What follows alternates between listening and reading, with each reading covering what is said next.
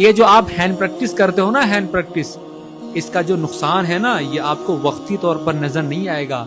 इसका नुकसान आपको शादी के बाद पता चलेगा। ये बातें मैं इतनी कॉन्फिडेंस के साथ आपसे क्यों बता रहा हूँ? इसलिए बता रहा हूँ क्योंकि हजारों नौजवान रो रहे हैं बेचारे, अपनी जिंदगी बर्बाद किए हुए बैठे हैं। मेरे पास मैसेज भी करते हैं, कॉल भी करते हैं, बाकायदा ऑफिस पर अपनी परेशानी भी बताने के लिए आते हैं। कहते हैं कारी साहब, अगर आप ये वीडियो पहले बना देते तो मैं ये पहले छोड़ देता। तो मेरे भाई, ये वीडियो अगर आप तक पहुंच रही है तो अभी आपके पास वक्त है।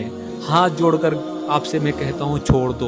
बहुत गंदा, बहुत घटिया, बहुत बुरा ये नशा है। ये भांग, जुआ, दारू, शराब से भी खतरनाक नशा है। मैं गारंटी के साथ कहता हूँ कि 95% नौजवान इसी गंदी आदत में फंस चुका है। अब वो इस गंदी आदत से निकल नहीं पा रहा। कोई बात नहीं, परेशान ना हो।